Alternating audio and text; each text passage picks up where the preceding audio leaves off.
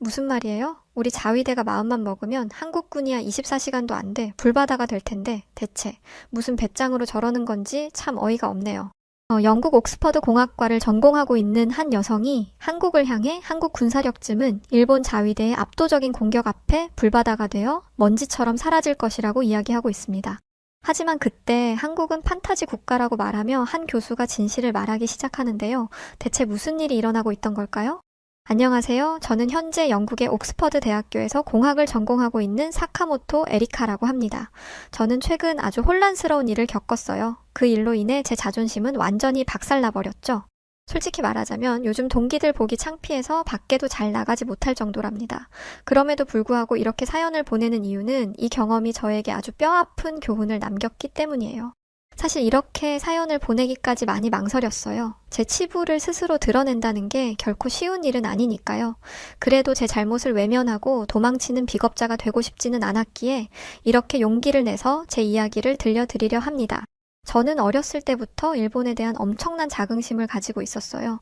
비록 일본은 아시아에 속해 있지만 다른 아시아 국가들과는 현격한 차이가 나는 우월한 국가라고 생각했거든요. 다른 아시아 국가들이 농사를 짓고 활이나 쏘며 빌빌거리고 있을 때 우리 일본만은 서양과의 교류를 통해 문화와 기술을 발전시키고 서구 문명과 어깨를 나란히 했죠. 이런 점에서 저는 우리 일본인들이 명예백인이나 다름없다고 생각했어요. 솔직히 우리 일본을 다른 아시아 국가들과 함께 아시아라는 같은 카테고리에 묶는 것 자체가 저는 기분이 나빴어요. 왜냐하면 일본은 그들과 전혀 다른 길을 걸어왔으니까요. 한국이나 중국이 일본과 같은 수준에 도달하기엔 아직 갈 길이 먼 것이 사실이잖아요. 특히 한국은 과거 우리 일본의 식민지였죠. 요즘 전 세계 사람들이 한국 문화를 조금 좋아해주니까 꼴 같지 않게 콧대 높게 구는데 사실 한국을 근대 국가로 발전시켜준 건 일본이잖아요. 그러니까 지금 한국이 누리고 있는 전 세계적인 인기 역시 다 일본 덕분인 거죠. 가끔 뭣도 모르는 사람들이 이제는 한국이 일본을 넘어섰다는 말을 하고는 하는데 그런 말을 들을 때마다 저는 정말 어이가 없어서 말도 잘 안 나와요. 감히 어떻게 일본과 한국을 비교할 수 있죠? 역사적으로 보나 문화적으로 보나 일본은 한국보다 몇 단계는 높은 수준에 있는 국가인데 말이에요. 저의 이런 생각은 옥스퍼드에 와서도 달라지지 않았어요. 일본이 아시아의 독보적인 리더라는 자부심은 제 마음 깊은 곳에 굳게 자리 잡고 있었죠.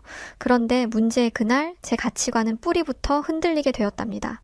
그날 강의의 주제는 초거대 인공지능 AI였는데 저는 당연히 일본이 이 분야에서 선두를 달리고 있을 것이라고 생각했어요.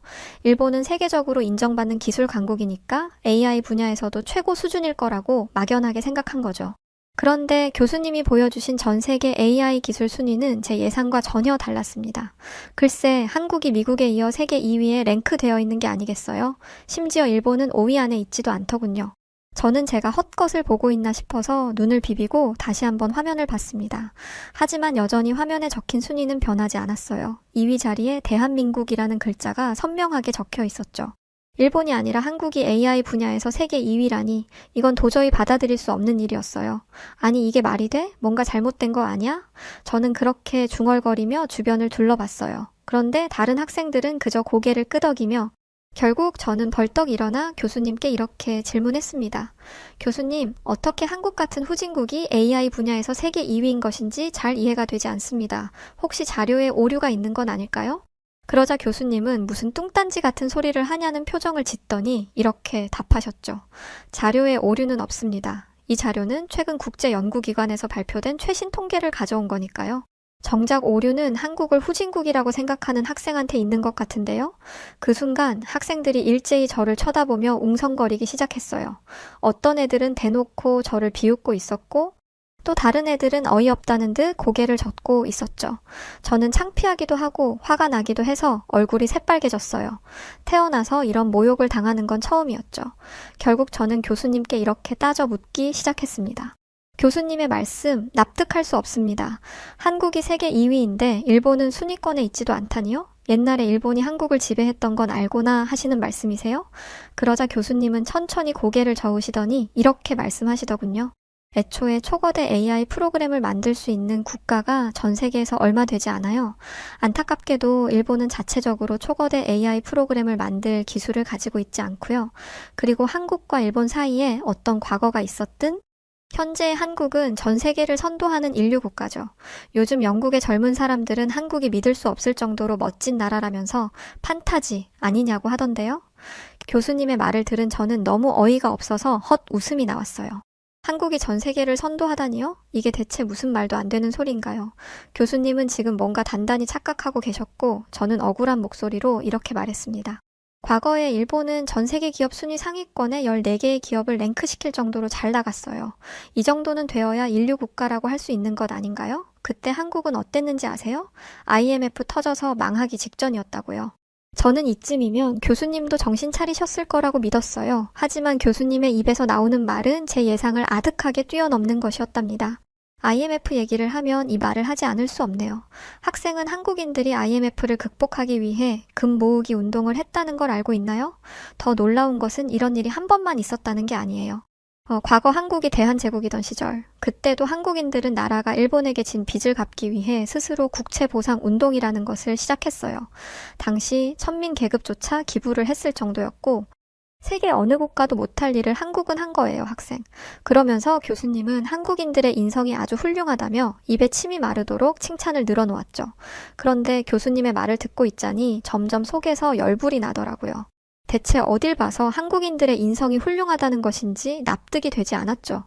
한국인들의 인성이 훌륭하다니 지금 대체 무슨 말씀을 하시는 거예요? 한국인들은 다케시마가 자기들 영토라고 매번 거짓말만 늘어놓는 족속들이라고요. 우리 자위대가 출동하면 24시간도 안 돼서 가루가 될 것들이 겁도 없이 진짜. 제가 이렇게 말하자 강의실 아는 순간 얼어붙은 듯 고요해졌고 학생들은 놀란 표정으로 저를 쳐다보았고 공기 중에는 팽팽한 긴장감이 감돌았죠. 교수님은 잠시 저를 바라보더니 깊은 한숨을 내쉬며 차분하지만 단호한 목소리로 말씀하시기 시작했어요. 학생, 자네가 지금 말한 것들은 전혀 사실이 아니에요. 우선 독도는 한국이 시류 지배하고 있는 한국 고유의 영토입니다. 이건 국제법과 역사에 근거한 부정할 수 없는 사실이죠. 그리고 자위대가 한국군을 짓밟을 수 있다고 했는데 이건 역시 틀린 말입니다. 사실은 오히려 그 반대죠. 만약 독도 때문에 한국과 일본 사이에 전쟁이 난다면 100% 한국이 승리할 거예요. 그러면서 교수님은 일본의 자위대는 엄밀히 말해서 정식 군대도 아니지 않냐고 하시더군요. 2차 세계대전에서 패망한 후 미국의 압력에 의해 만들어진 엉터리 집단, 경찰 예비대가 후에 자위대로 이름만 바뀐 것에 불과하다면서 말이죠. 그에 비해 한국군은 뛰어난 자질을 가지고 있어요. 최고의 성적을 받은 우수한 학생들이 사관학교에 입학하고 그곳에서 철저한 훈련과 교육을 받으며 성장하죠. 게다가 한국은 오랜 기간 북한과의 대치 상황 속에서 살아왔고 그런 환경에서 성장한 군대는 절대 만만치 않아요. 그들의 전투력은 세계적으로 인정받고 있죠. 만약 한국군이 자위대와 전면전을 벌인다면 한국군이 자위대를 손쉽게 압도할 거예요. 그 말에 저는 엄청난 모욕감을 느꼈고 이렇게 반박하기 시작했습니다. 과거에 자위대가 방패였다면 지금은 날카로운 창으로 바뀌고 있는 중이거든요. 예전에는 평화 헌법 때문에 공격력 무기를 가질 수 없었지만 요즘 일본은 그 헌법 내용을 바꿔서 강력한 군대를 만들려고 하고 있다고요. 그리고 만약 올해 11월 트럼프가 미국의 대통령이 된다면 상황은 일본에게 더 유리해지죠.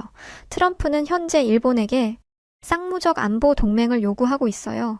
만약 일본이 위험에 처하면 미군이 도와주고 반대로 미국이 위험에 처하면 자위대가 도와준다는 게 그 내용인데 미국의 군사적 지원을 해주려면 어떻게 해야겠어요? 강력한 군사력을 가져야겠죠. 결국 트럼프가 대통령이 되는 순간 자위대는 한국군과도 비교도 되지 않는 강력한 군대로 탈바꿈하게 된다는 말이에요. 할 말을 마친 저는 이번에야말로 교수님이 제 입장을 이해하실 것이라 생각했어요. 하지만 교수님의 반응은 제 기대와는 정반대였죠. 자네가 말한 것들은 전부 가능성에 불과해요. 우선 일본과 미국의 쌍무적 안보 동맹에 앞서 트럼프가 일본의 방위비 증액을 요구할 텐데 안타깝게도 현재 일본의 재정 상황이 그리 여유롭지 않죠. 일본 화폐의 가치는 끝도 없이 추락하고 있고 외환 보유액 역시 역대 최저를 갱신하고 있어요. 그러면서 교수님은 충격적인 이야기를 이어가셨는데 그건 바로 일본에게는 앞으로 경제가 성장할 희망조차 없다는 것이었죠. 애초에 일본의 경제가 발전한 과정을 보면 스스로의 뛰어난 능력이나 창의적인 기술로 인해 부를 창출한 것이 아니라 냉전과 한국 전쟁으로 인해 운 좋게 급성장을 한 것이었죠. 그러니 발전에 한계가 있는 거고요. 반면에 한국은 반도체, 전자제품, AI, K 콘텐츠까지 그야말로 전 세계를 휩쓸고 있어요. 전 세계를 상대로 한국의 독창적인 기술과 문화를 수출 중인 한국은 다른 국가들과 치열하게 경쟁하며 점점 더 발전하고 성장해 나갈 거예요. 일본이 국내 시장에서 도태되는 동안 말이죠. 저는 교수님의 폭격과도 같은 말들에 정신이 다 혼미해질 지경이었어요. 하지만 교수님의 독설은 아직 끝나지 않았죠. 만약 학생의 바람대로 자위대가 강력한 군대로 거듭나는데 성공한다고 해도 여전히 자위대는 한국군의 상대가 되지 않아요. 지금부터 그 이유를 알려주죠. 우선 자위대가 보유하고 있는 무기들이 형편없기 때문입니다. 자위대는 대체로 일본이 자체 생산한 무기를 사용하는데 이 무기들은 어린애들 장난감 수준에 불과해요. 일본은 평화 헌법 때문에 타국의 무기를 수출할 수 없었고 결국 일본의 무기 회사들은 정부의 보조금이나 타먹으며 무기를 대충대충 만들었죠. 그 결과 자위대는 제대로 작동하지 않는 무기를 갖게 된 거예요.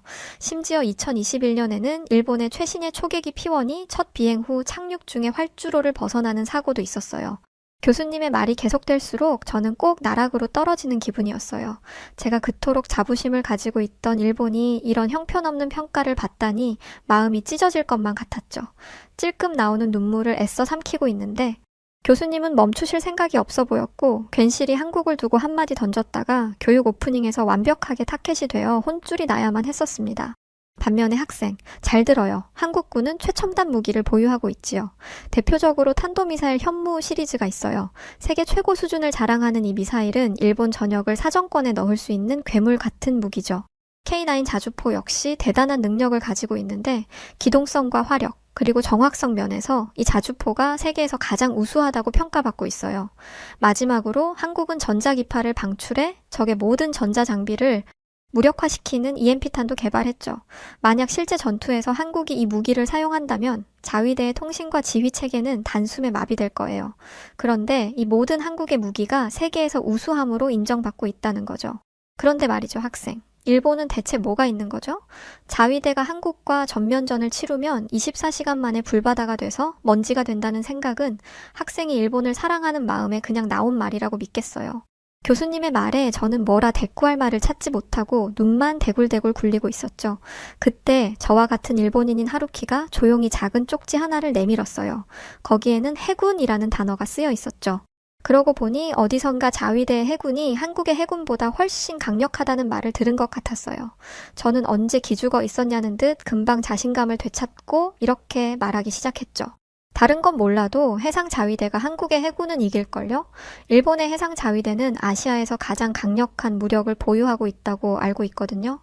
수십 척의 구축함과 잠수함, 거기에 이지스함까지 갖추고 있으니까 해상에서의 전투라면 한국 해군이 자위대를 당해낼 수 없을 거예요. 저는 이번에는 정말 교수님을 이긴 것 같다는 생각이 들었어요. 하지만 교수님의 표정은 여전히 차분했죠. 이윽고 교수님의 입이 열렸고 저는 다시 한번 충격에 빠지게 되었답니다. 학생, 정말 한심하군요. 해상 자위대가 강력하다는 건 어느 정도 사실이에요. 하지만 한국 해군에게는 세종대왕함이 있어요.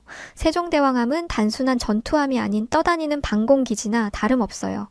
이 함은 세계에서 가장 강력한 이지스 시스템과 함께 최첨단 미사일도 보유하고 있어서 적들을 추적한 다음 한꺼번에 박살낼 수 있죠. 게다가 한국은 세계 시장에서 가장 앞서가는 조선 기술을 보유하고 있어요. 그리고 이 뛰어난 기술력으로 만든 최첨단 전투함들이 바로 한국 해군의 핵심 전력이죠. 자, 이래도 해상 자위대가 한국 해군의 상대가 될 수 있을 거라고 생각하나요? 그리고 학생은 역사를 좀 배워야겠네요. 일본이 바다에서 한국을 이겼던 적이 있나요? 무지성 자신의 나라를 칭송하기보다 진실을 배우는 노력을 하세요, 학생. 그 말을 듣는 순간 저는 당혹감을 감출 수 없었어요. 그동안 아시아 최강이라고 믿어왔던 해상 자위대마저 한국 해군에게 밀린다는 생각에 제 자존심은 산산이 부서지는 것 같았습니다. 그때 교수님은 마치 쐐기를 박듯 이렇게 말씀하셨습니다. 한국은 해군도 강하지만 육군은 무시무시하게 강력해요. 만약 한국 육군이 일본 본토에 상륙한다면 일본은 정말로 지옥을 경험하게 될 거예요. 지금부터 한국 육군의 강함을 설명해 줄게요. 먼저 한국 육군은 최신 장비와 무기를 사용하고 있어요. 세계 최강의 전차인 K2 흑표 전차와 K21 보병 전투차는 뛰어난 방어력과 기동성을 자랑하며 한국 육군의 전투력을 뒷받침하고 있죠. 게다가 한국은 짧은 시간 안에 수십만 명의 병력을 소집할 수 있어요. 이건 일본이 상상조차 할 수 없는 규모의 군사력이죠. 그러면서 교수님은 전 미국 합참의장인 마크 밀리 장군도 한국 육군을 보고 감탄했다고 했어요. 마크 밀리 장군은 한국군을 향해 세계에서 가장 잘 훈련되고 가장 강력한 군대라고 평가했다고 하더군요. 그 말을 들으면서 저는 더 이상 반박할 말을 찾을 수 없었어요. 한국 육군이 보유한 강력한 장비와 뛰어난 전술, 그리고 대규모 병력 앞에서 일본이 얼마나 무력한 존재인지 깨닫게 된 순간이었죠. 그렇게 저는 전의를 상실하고 다리에 힘이 풀려 자리에 앉고 말았어요. 그런데 바로 그때 해군이라는 쪽지를 건네준 하루키가 벌떡 일어서더군요. 깜짝 놀라서 쳐다보니 하루키의 얼굴은 분노로 화가 잔뜩 난 상태였어요. 하루키는 숨을 가쁘게 쉬며 당장이라도 폭발할 것 같은 표정으로 교수님을 노려보고 있었죠. 하루키도 일본인이니 저처럼 일본에 대한 자부심을 가지고 살았을 텐데 그게 산산조각나니 견딜 수 없었던 것 같아요. 강의실 안에는 다시 팽팽한 긴장감이 감돌기 시작했고 모두가 흥미롭다는 얼굴을 하고 하루키가 무슨 말을 할지 지켜보고 있었죠. 그때 하루키의 입에서 공격적인 말이 쏟아져 나오기 시작했습니다. 교수님, 한국군이 강하다는 것은 잘 알았습니다. 하지만 그렇다고 해서 다케시마를 불법 점유하고 있는 한국을 가만히 내버려 둘 수는 없는 것 아닙니까? 우리 일본과 자위대는 한국 따위에게 겁먹지 않고 당당하게 조국의 영토를 지킬 것입니다. 일본의 자존심과 명예를 걸고 말이죠. 하루키의 말을 들은 교수님은 심각한 표정을 지으시더니 이렇게 물으시더군요. 지금 그 말은 전쟁을 일으켜서라도 독도를 빼앗겠다는 건가요? 그러자 하루키는 못할 것도 없다고 답했고 그와 동시에 교수님은 깊은 탄식을 하시더니 이렇게 말씀하시기 시작했습니다. 거기 일본인 학생들은 한국에게 굉장히 불만이 많은 모양이군요. 대체 가만히 있는 한국을 왜들 못 살게 구는 거죠? 현재 한국이 독도를 시료 지배하고 있는 상황에 일본이 독도를 빼앗아갈 수 있는 방법은 크게 두 가지가 있어요. 하나는 국제사법재판소에 가서 시시비비를 가리는 것인데 바보가 아닌 이상 한국이 여기에 응할 리 없으니 이 방법은 없는 것이나 마찬가지이고 다른 하나가 전쟁을 일으켜서 무력으로 독도를 빼앗는 것인데 만약 일본이 자위대를 대동해 독도를 공격하는 순간 무슨 일이 벌어지는지 아나요? 교수님의 질문에 하루키는 선뜻 뭐라 답하지 못했습니다. 저 역시 그저 다케시마를 빼앗아 오고 싶다는 욕심을 가지고 있었을 뿐 그 뒤의 일은 생각하지 않고 있었죠. 그때 교수님께서 무시무시한 말씀을 하기 시작했습니다. 일본은 바로 국제사회에서 매장될 겁니다. 국제사회는 즉시 한국 편에 설 것이고 일본은 바로 고립되겠죠. 게다가 일본은 2차 세계대전에서 수많은 희생자를 만든 전범국인데 그런 국가가 다시 한번 평화를 깨는 행동을 저지른다? 그건 자멸하겠다는 말과 같죠. 이어서 교수님은 일본이 국제사회로부터 모든 신뢰를 잃고 경제적으로 또 외교적으로 고립될 것이라 경고하셨고 저는 머릿속으로 조용히 그 상황을 상상해 보았어요. 섬에 고립된 채 외부와의 교역이 끊기고 필수 자원을 얻지 못해 서서히 말라 죽어가는 일본 사람들의 모습이 선명하게 그려지더군요.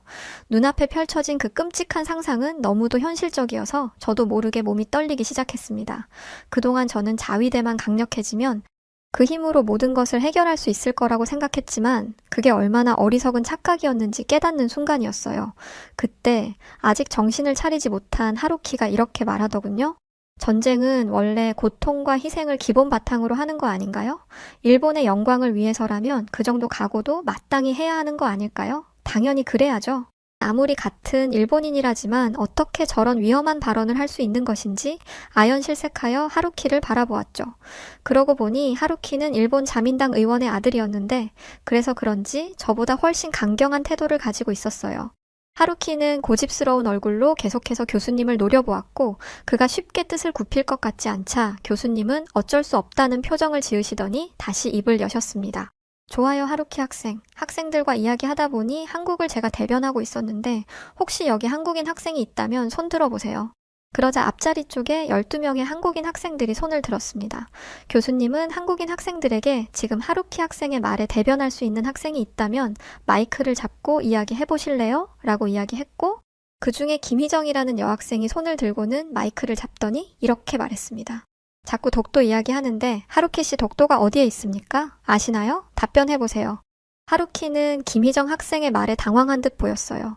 사실 우리 일본인들은 다케시마가 일본 영토라는 것만 배웠고 익숙했지 다케시마가 어디에 있는 건지는 잘 몰랐거든요. 하루키는 답변을 하지 못하고 그냥 서 있었죠. 그러자 한국인 학생은 말을 이어가기 시작했었어요. 독도가 어디 붙어 있는지도 모르면서 무지성으로 자기들 거라고 말하는 게 참 웃기네요. 그리고 독도에서 한국과 일본 간의 전쟁이 일어난다? 볼까요? 만약 전쟁이 발생한다면 우선 병력을 소집하겠죠? 그런데 일본의 자위대는 진짜 군대가 아니기 때문에 전쟁 초기부터 우왕좌왕하며 혼란에 빠질 가능성이 큽니다. 전쟁에서는 초반 기선제압이 중요한데 이런 상황은 절대적으로 불리하다고 할 수 있죠. 게다가 자위대는 징집병이 아니라 자원한 직업군인들로 구성되어 있기 때문에 대규모 병력 소집이 어려워요. 반면에 한국군은 징집제를 기반으로 한 대규모 병력과 예비군 체제를 가지고 있어 유사시 즉각 대규모 병력을 동원할 수 있죠. 이어서 마이크를 다룬 한국인 남상국이라는 학생이 건네봤더니 군대의 또 다른 강점을 설명하기 시작했습니다. 우선 여기 계신 세계 각국의 유학생분들에게 우리 대한민국과 일본의 다툼으로 교육이 시작되어 미안해요. 그러자 이 모습을 지켜보던 수백 명의 학생들은 괜찮다며 오히려 재밌게 관전하고 있다는 반응을 보였고, 남상국이라는 한국인 학생은 일본인 학생들이 앉아있던 저희 쪽을 바라보고는 말을 이어갔습니다. 한국 군대는 실전 경험이 풍부합니다. 이들은 독도에서 훈련을 주기적으로 실시하기에 독도의 지리와 지형에 익숙할 뿐만 아니라 능숙한 작전 수행이 가능합니다. 또한 한국군은 대부분 사격을 마스터했으며 실전에서 요구되는 각종 전술을 익히고 있죠. 이에 반해 일본 자위대는 이들에 비해 질적 차이가 너무 나죠. 결국 일본이 한국을 상대로 전쟁을 시작한 것은 그 자체로 엄청난 실수가 될 것입니다. 하루키는 여전히 굳은 표정으로 한국인 학생의 말을 듣고 있었지만 그의 눈빛에서는 짙은 당혹감이 엿보였습니다. 강의실안은 무거운 침묵이 감돌았고 학생들은 숨죽이며 상황의 전개를 지켜보고 있었죠. 하루키는 잠시 뭔가를 고민하는 듯 하더니 좋은 생각이 떠올랐는지 실실 웃으며 이렇게 말하더군요. 하지만 거기 한국인 학생분, 우리 일본은 세계 3위의 경제 대국인걸요? 아무리 지금 일본의 경제 상황이 어렵다고는 하지만 그래도 일본이 한국보다는 주머니 사정이 넉넉하죠. 그러니까 자금력이 뒷받침된다면 전쟁이 길어질수록 유리한 건 결국 일본 아닌가요? 하루키의 말을 들은 남상국 학생은 어이가 없다는 듯 피식 웃더니 이렇게 답했습니다. 저기 미안하지만 이 전쟁은 절대 장기전이 되지 않아요. 한국이 속전속결로 이 전쟁을 끝내버릴 테니까요. 일단 전쟁이 시작되면 한국 공군은 최첨단 스텔스기인 F-35, 40대를 띄워 압도적인 물량으로 초반 우위를 점할 겁니다. 물론 일본도 F-35 전투기를 보유하고 있기는 하지만 한국이 훨씬 더 많은 수를 가지고 있고 같은 전투기라고 할지라도 한국만이 가진 첨단 전자장비와 통합 전술 시스템 덕분에 한국 공군은 일본을 압도할 것입니다. 일본의 주요 군사시설들은 한국 공군의 초기 공습으로 무력화될 것이고 그대로 전쟁은 마무리되는 거죠. 다시 말해 일본의 엔화가 얼마가 있든 아무 소용 없다는 겁니다. 한국인 학생의 말이 끝나자 강의실은 한순간 조용해졌습니다. 모두가 한국군의 놀라운 위력에 압도된 것이죠. 하루키는 할 말을 잃은 듯 입을 다물었고 그의 얼굴에는 당혹감이 가득했답니다. 저는 이대로 한국 학생과의 논쟁이 끝날 줄 알았어요. 하지만 하루키는 생각보다 독한 놈이었습니다. 깨끗하게 패배를 인정하면 좋을 텐데 어떻게든 한국에게 지지 않으려 이상한 말을 하기 시작하더군요. 웃기시네요. 알았어요. 거기 한국인 학생분 말은 잘 알아들었어요. 이렇게 된 이상 자민당 의원인 우리 아버지께 말씀드려서 자위대가 최신형 전투기들 좀 많이 구입할 수 있게 해야겠네요. 저는 하루키의 이 말을 듣고는 낯이 뜨거워서 아주 혼났답니다. 그러면서 제 자신도 돌아보았죠. 객관적인 사실을 외면한 채 일본만이 옳다고 주장하는 모습이 얼마나 추한지 그때 하루키를 향한 교수님의 마지막 참교육이 시작되더군요. 자, 이제 일단락된 것 같은데 하루키 학생, 물론 전쟁에서 우수한 첨단 무기를 많이 보유하고 있는 것은 아주 중요합니다. 하지만 그것만으로 전쟁에서 승리할 수 있는 것은 아니에요. 장비의 우수성이나 물량뿐만 아니라 그 무기들을 어떻게 전술적으로 사용하느냐까지 염두에 두어야죠. 한국인 학생에게 마이크를 건네받은 교수님의 말에 하루키는 무슨 말인지 이해가 되지 않는다는 표정을 짓더군요. 그러자 교수님께서는 조금 더 쉽게 풀어서 설명해 주시기 시작했습니다. 전쟁에서 승패를 가르는 것은 결국 군인이라는 말이에요.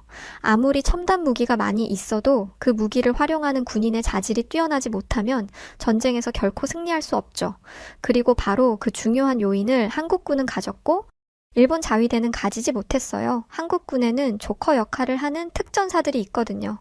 이들은 인간의 한계를 넘나드는 극한의 훈련을 통해 육체적으로도 정신적으로도 최상위 수준의 전투 능력을 갖추고 있죠.